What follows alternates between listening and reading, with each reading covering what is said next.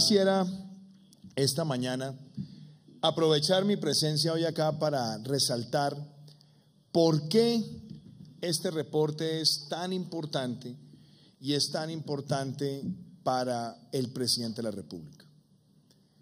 No puede haber duda que cuando hablamos de inclusión financiera, estamos también elaborando políticas para cerrar brechas y para derrotar la pobreza extrema y la pobreza multidimensional. Los países que han avanzado en inclusión financiera son países que han logrado cerrar las brechas con mayor velocidad en el mundo. Y este reporte, que es el octavo, trae una realidad puntual. ¿Qué ha ocurrido en Colombia en los últimos años? ¿Qué ha pasado en los últimos 8 años en el país? A mí me parece importante reconocer que hay un enfoque en materia de cobertura y un enfoque que nos muestra que la inclusión financiera está llegando a más lugares del territorio. Dicho eso, hay cifras que son dicientes. Que nosotros tengamos hoy cerca de 421,000 datáfonos muestra que en los últimos años se han expandido estos servicios de pago. ¿Es esa la cifra ideal? Yo creo que no. Pero también debemos entender que en la medida que avanzan otras tecnologías, los dispositivos de pago están llegando más a plataformas móviles y digitales. Tenemos cerca de 16,000, un poco más, de cajeros automáticos en el país, que también muestra una expansión de la cobertura. ¿Es esa la cifra ideal? Yo diría no, se puede avanzar todavía mucho más, pero también debemos darnos cuenta que los sistemas de pago a través de plataformas móviles son los que están empezando a tener y a marcar una tendencia disruptiva en todo el mundo. Y en cuanto al número de oficinas, tenemos poco menos de 8,000 oficinas en todo el país. ¿Podrían ser más? Desde luego, pero también estamos ante una realidad donde los servicios financieros en el mundo están despejando cada vez más los activos fijos en términos de oficinas. Todos estos indicadores hoy los leemos, pero tenemos que leerlos con el prisma de que estamos ante tecnologías absolutamente disruptivas. ¿Qué quisiera recalcar también del reporte? El reporte nos muestra que en los últimos 8 años, cerca de 12 millones de compatriotas llegaron al sistema financiero.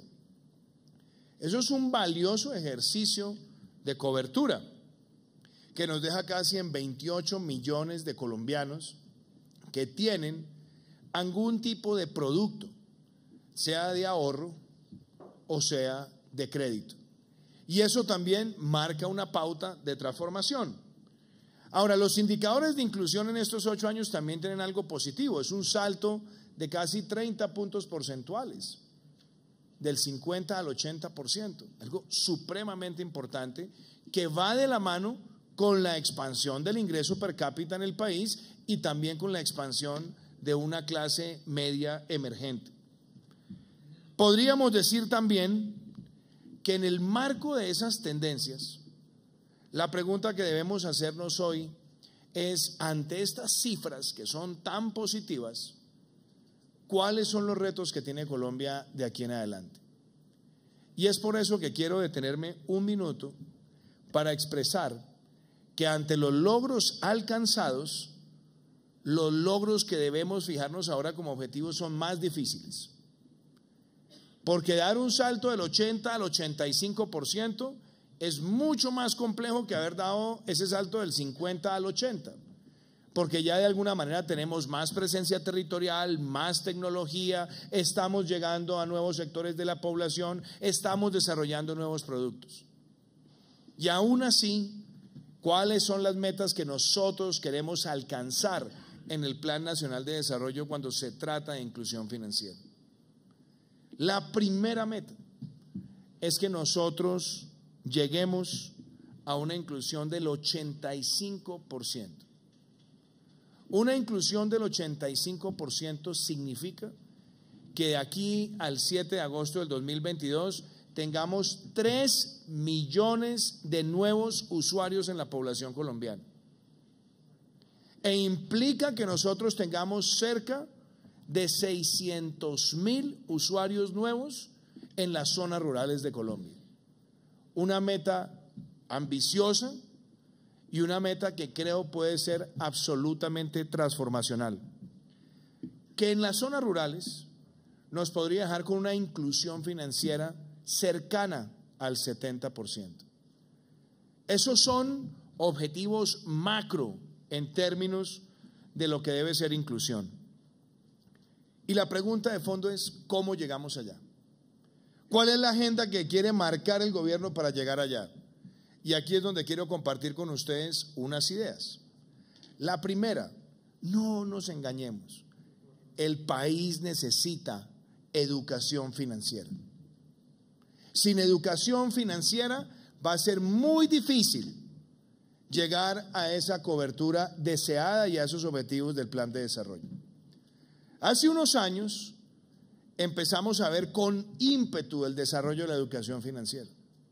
Inclusive el país decidió someterse a la prueba dentro del escalafón mundial de PISA en lo que corresponde a educación financiera. ¿Y qué ocurrió? Quedamos de últimos. Y entonces, como quedamos de últimos y no queríamos tener ninguna distorsión que afectara otros de los indicadores de medición, se decidió sacar de la discusión la educación financiera.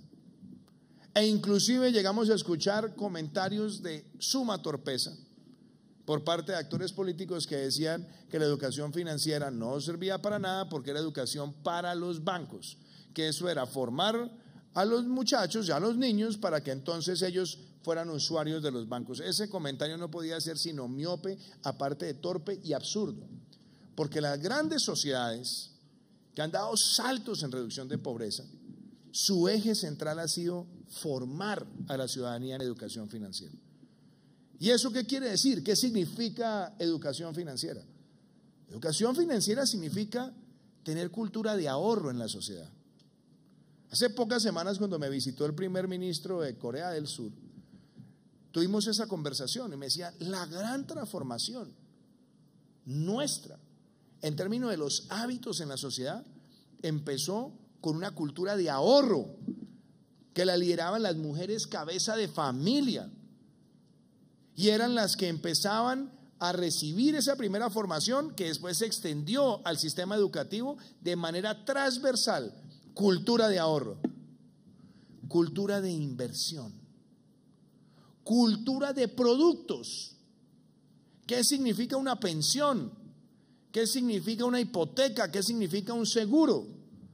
Herramientas fundamentales en una sociedad. Y ahora bien, ¿cuál es el reto que nosotros debemos asumir hoy? Hay que volver a poner la educación financiera en la sociedad colombiana y hacerlo con esa característica transversal de la mano con la inclusión. Y por eso la semana pasada, en el Congreso de Asobancaria, hice un compromiso como presidente de la República, y es que vamos a sacar adelante una política pública que se vea reflejada en un documento COMPES que esté orientada a la inclusión y a la educación financiera en todo el país para generar esa gran base analítica de interpretación y de aplicación por parte de la sociedad colombiana, y creo que ese es un avance supremamente importante para compartir hoy con ustedes. En segundo lugar, si nosotros queremos avanzar en la educación, queremos avanzar en la inclusión, la conversación de la tecnología juega un papel fundamental. Y aquí tenemos que hablar de fintech, sí. Aquí tenemos que hablar de la cobertura de internet móvil de la banda ancha. Y por eso hay una armonía en nuestra visión con las decisiones que hemos tomado en materia de tecnología. La semana pasada, con el apoyo del Congreso de la República, se aprobó la nueva ley de las TICs, que permite certidumbre en un mayor plazo para la inversión, para aumentar las coberturas, atraer más inversión en las tecnologías de red, afianzar el 4G y dejar a Colombia en la dirección del 5G, entre otras cosas en armonía con la meta del plan de desarrollo de tener una cobertura de internet de alta velocidad del 70% al finalizar nuestro gobierno y dejar al país en la hoja de ruta para ese 100% que debemos alcanzar antes del 2026. Con esos elementos hay que también valorar que en los próximos meses tendremos la subasta de 700 megahercios, que le va a permitir también al país aumentar la cobertura de la infraestructura digital y sobre todo llevar ese internet de última milla que nos permite llegar a los lugares más apartados del territorio. Esas herramientas son las que, cuando se miran en el contexto del fintech, nos permiten tener más tecnología móvil, más banca móvil, más corresponsales digitales, como lo decía el doctor Castaño, que implica una revolución. Y debo añadir que la otra herramienta fundamental tiene que ver con ciberseguridad. Por más de que hayamos avanzado muchísimo en la tecnología, por más de que hayamos avanzado muchísimo en la cobertura, por más que hayamos avanzado hacia los bancos llegando con servicios móviles, sigue existiendo en la ciudadanía una especie de sospecha, de preocupación por el robo de identidad, por la confiabilidad de la información que se ubica y que se traslada y que se tramita a través del teléfono. Y eso, por supuesto, nos obliga a nosotros a poner la discusión sobre ciberseguridad también en el marco de esta agenda. Entre otras cosas, porque en Colombia y en América Latina, los daños y las afectaciones producto de fallas o de crímenes en materia de ciberseguridad está cada vez creciendo en valor. Y nosotros queremos, en este caso, tener un trabajo coordinado con la policía, con la fiscalía, con la superintendencia y por supuesto con el sistema financiero, que además hay que reconocer es uno de los que más ha invertido en ciberseguridad de toda la región, para que eso transmita confianza a los usuarios. Debería agregar también los elementos de comercio electrónico.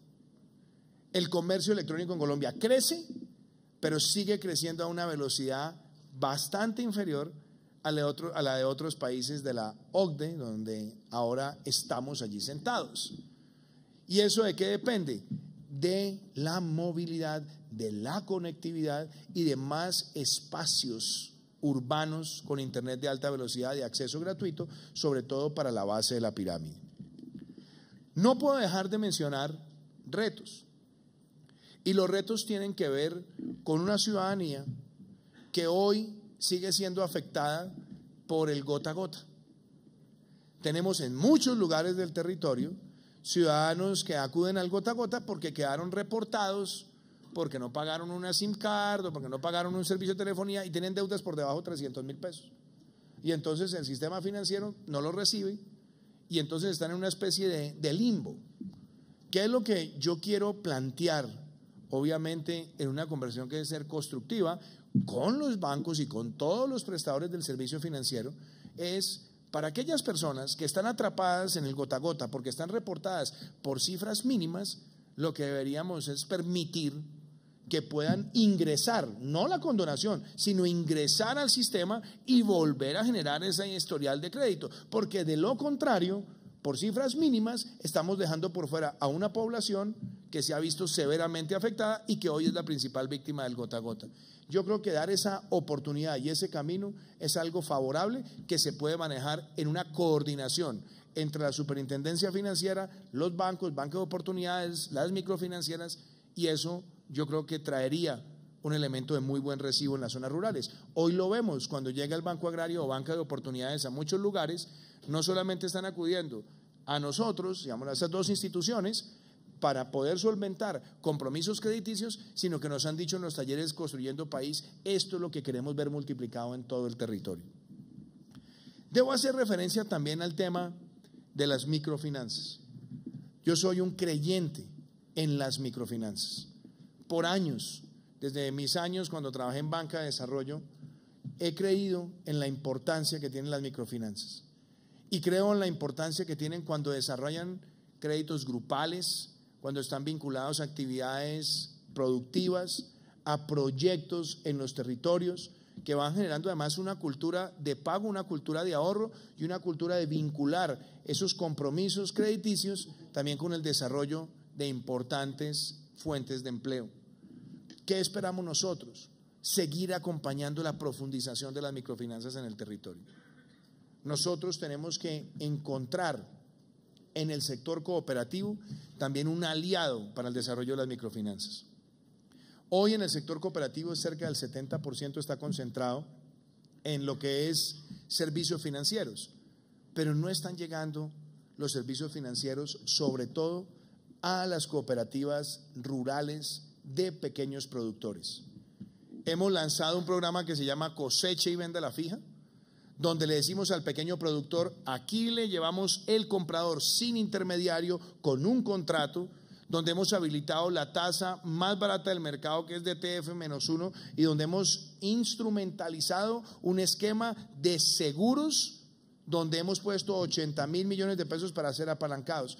Pero nos gustaría que en ese tipo de iniciativas pudiéramos contar con una mayor profundización del sector microfinanciero. Y debo también hacer referencia a lo que llamamos nosotros la colaboración cruzada, la innovación regulatoria. Yo quiero felicitarlo, doctor Jorge, porque el sandbox o la arenera regulatoria que Colombia ha puesto a disposición del mercado nos ha permitido llegar con productos más innovadores y ha sido destacado además por organismos internacionales. Ese esquema de regulación de innovación nos va a permitir a nosotros posicionarnos y no veo lejano que en Colombia vayamos desarrollando más esquemas de una banca con menos costos operacionales que empieza con servicios a través de tarjetas y de pagos con tarjetas que van generando también una gran cultura de amortizaciones a través de medios digitales. Y no puedo dejar por fuera algo que empezó con la Ley de Reactivación Económica o Ley de Financiamiento. El 64% de los negocios en el país, según cifras del Banco Interamericano de Desarrollo, no tienen ni RUT, ni mucho menos registro mercantil. Es decir, hay una informalidad de negocios. La pregunta es, ¿por qué esos negocios estaban en la informalidad? Porque cuando ellos se ven en el sistema tributario, pues consideran que la formalización con un sistema tributario que prácticamente catalogaba a todos con el mismo prisma, sacrificaba su propia existencia. Con la Ley de Reactivación Económica, lo que nosotros creamos es el régimen simple, donde esos micro y pequeños negocios pueden empezar pagando siempre un solo impuesto en un sistema absolutamente fácil, que va desde el 1,1 hasta el 11%, diferenciando el tamaño de las empresas, y eso va a traer consigo un elemento fundamental de formalización.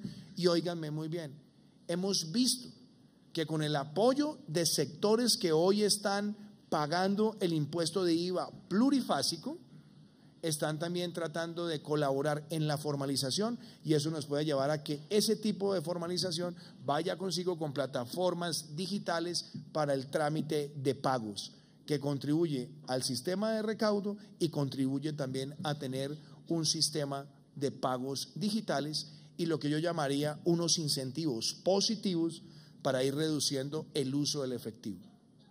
Porque la discusión que existe muchas veces es si el uso del efectivo se debe limitar a través de regulaciones casi que drásticas. Yo no. Yo creo que nosotros tenemos que llevar una combinación, es más efectivo el incentivo que el castigo. Los países que han tratado de limitar el uso del efectivo solamente poniendo sanciones, lo que uno termina observando es que hay mucha más informalización en los sistemas de pagos. Pero los que han logrado incentivar la tecnología, los medios digitales, la facilidad de recaudo, son los que lo han hecho de manera más exitosa. Yo creo que ese camino lo puede transitar perfectamente Colombia. Ahora, yo quisiera cerrar esta intervención diciendo dos cosas. Inclusión financiera sin crecimiento, difícil, apreciados amigos. El crecimiento económico es un gran jalonador de inclusión financiera cuando ese crecimiento va de la mano con equidad, entendiendo por equidad la expansión de la clase media y expandiendo fuentes de empleo. Por eso para este gobierno el crecimiento es el eje central de la política económica, pero llevando ese crecimiento a un crecimiento con equidad y a un crecimiento con responsabilidad fiscal. Estamos en momentos donde algunas voces señalan pesimismo. Yo voy a decir esto: la evidencia es el mejor antídoto contra el pesimismo. Que Colombia tiene que crecer por encima del 4 y del 5 sin lugar a dudas, porque para nosotros convertirnos en un país de ingreso per cápita alto, necesitamos, en el marco de la OCDE, donde la mayoría de nuestros países que nos acompañan en esa mesa, en ese club, tienen ingresos per cápita superiores a $30,000 y nosotros por debajo de 8,000. Eso quiere decir que tenemos que buscar crecimientos de más del 5, del 6 y del 7 para reducir esas brechas de ingreso en menos de 2 décadas. Por eso el crecimiento es una obsesión y debe ser una obsesión para todos los colombianos y nos debe unir, porque el crecimiento no es ni de izquierda ni de derecha. El crecimiento es una necesidad para generar prosperidad, pero se tiene que hacer en el marco de responsabilidad fiscal. Entonces, ¿cuánto creció Colombia en el 2017? 1.4%. ¿Cuánto creció Colombia en el 2018? Nos correspondió a nosotros en este gobierno prácticamente los 2 últimos trimestres del año y logramos cerrar el año con un crecimiento del orden del 2.7%. ¿Cuál es la expectativa de crecimiento este año? Según el Fondo Monetario, el Banco Mundial, el BID, recientemente el Banco Central, 3.4, 3.5 o 3.6%. Eso quiere decir que estamos en un ambiente de recuperación, pero que además lo corroboran 2 elementos. La recuperación de la producción industrial en el primer trimestre del año, el crecimiento de la inversión extranjera directa que creció 68%, y no solamente en mineroenergéticos, sino en los otros sectores, el ver la recuperación del gasto en los hogares, el ver la importación de bienes de capital, que son respuestas a las decisiones que están en el marco de la Ley de Reactivación Económica, ver que el fondo más grande de tecnología del mundo, que es SoftBank, viene a Latinoamérica, anuncia $5,000 millones de inversión e invierte los primeros 1,000 en Colombia, y que quiere trabajar en el ecosistema de emprendimiento en nuestro país, que se ve representado en que los gigantes de la tecnología como Amazon vienen a Colombia y en el primer trimestre lanzan su plataforma de servicios en red con 700 empleados y quieren llegar a 2,000 en 2 años, y que se ve reflejado también en el comercio y el consumo minorista, y que se ve también en la recuperación de sectores como el de obras civiles, que creció al 8%. Eso nos muestra a nosotros que las señales son buenas. Ahora, la consistencia con la política fiscal me parece importante decirla hoy acá.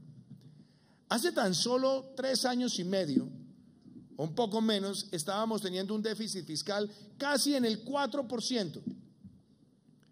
Y este año vamos a cerrar con un déficit fiscal del 2.4%. Habremos tenido la mayor reducción del déficit fiscal desde que existe la regla fiscal en Colombia. Y óiganme también esto: cerraremos este año con el primer superávit primario desde que existe la regla fiscal. Y además, consistente con eso, seguimos en la línea de cumplir la meta en el 2020 con un déficit del 2.2% del PIB, el más bajo de los últimos 10 años. Eso muestra que hay crecimiento, que hay una inflación que está en el rango meta del Banco de la República, pero que va acompañada de la prudencia fiscal. Y si queremos ver otros sectores, cerramos el año pasado con el mejor año que ha tenido Colombia en el turismo, con más de 4.2 millones de visitantes no residentes, la mayor tasa de ocupación hotelera en 14 años, y este año las perspectivas son aún mejores.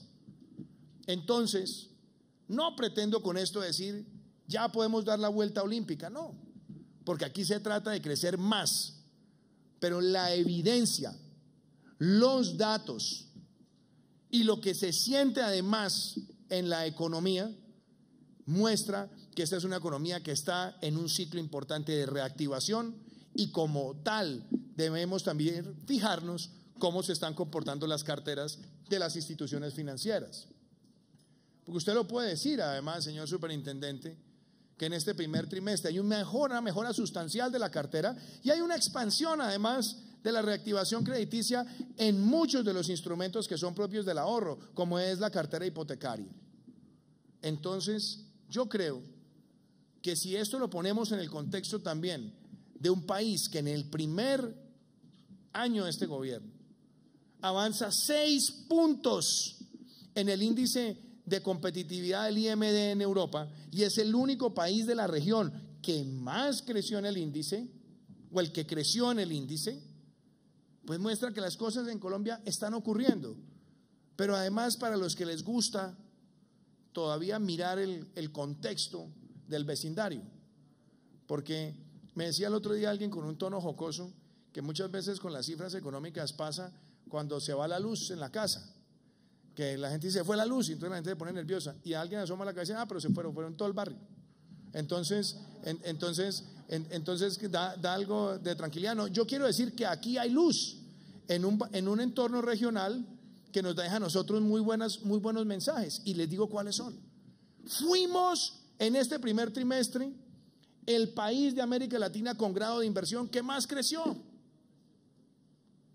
Crecimos además más que México, más que Chile, más que Perú, más que Argentina, más que Brasil. Y pongámoslo además en otro contexto, porque claro, yo entiendo las voces que son críticas, ni más faltaba. Y nos dicen, pero mire el empleo. Claro, por supuesto, miremos el empleo, pero miremos el empleo incorporando en la reflexión de crecimiento, de inversión y de empleo, que nosotros tenemos casi 1,5 millones de migrantes en el territorio colombiano. Esas cifras no se pueden mirar sin el contexto. Y si en un contexto de estar nosotros amortiguando el mayor choque migratorio de la historia reciente de América Latina, la economía crece, la economía trae inversión, la economía genera confianza, pues yo creo que eso muestra la resiliencia que tiene este país, y por lo tanto la fortaleza que nosotros tenemos que construir todos los días en el plano económico, sin quedarnos con actitudes complacientes. Entonces, para mí eso es importante ponerlo en este contexto de este reporte, porque queremos avanzar. Y déjenme, yo hago un pronunciamiento sobre un tema de coyuntura que me obliga a mí a hacerlo como presidente de la República. Esta mañana el país se enteró que alias Jesús Santrich se posesionó como miembro del Congreso de la República.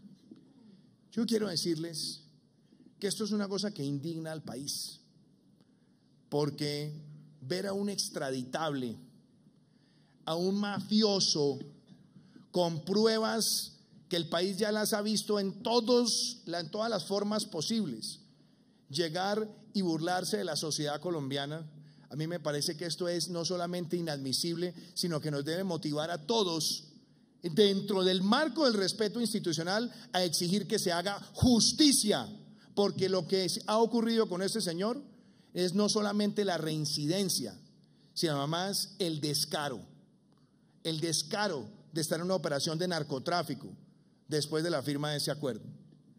Y yo quiero decirlo, hoy tenemos luces de esperanza. ¿Cuáles son? La apelación que ha hecho el señor procurador ante la justicia transicional para que con la evidencia que hay tan clara y contundente se pueda autorizar la extradición de ese delincuente. Y también está la luz de esperanza de que la Corte Suprema de Justicia, a través de la Sala de Instrucción, con esa evidencia tan clara, también proceda a dictar la orden de captura y a que haya una sanción ejemplarizante. Todas esas cosas nos duelen, pero ¿saben una cosa? Este país no se va a dejar ni intimidar ni doblegar de ninguna organización criminal. Esta mañana se dio la captura de la cabecilla de esa organización que se llama La Oficina, que opera intimidando en el Valle del Aburrá. Y hoy puedo decirles que así como lo hacemos con ellos y así como lo estamos haciendo con todos los cabecillas de las organizaciones al margen de la ley, aquí tendrán siempre un presidente y un gobierno que va a defender la honra del pueblo colombiano y va a enfrentar a esos criminales sin contemplación. Y esperamos que ante este caso que nos indigna se haga justicia. Esas luces de esperanza esperamos que se den pronto. Y quiero reiterar lo que dije ayer desde la Argentina. Si la Procuraduría General de la Nación está solicitando la captura de alias Jesús Santrich, con más razón debería también la Procuraduría, y respeto su fuero y respeto además y valoro y aprecio la actitud que ha tenido firme el procurador, que sobre esas premisas también pueda suspender a alias Jesús Santrich de ejercer el cargo como congresista, porque los mafiosos, con las pruebas que hay que claramente deshonran la representación popular del pueblo, no merecen estar allí. Muchísimas gracias.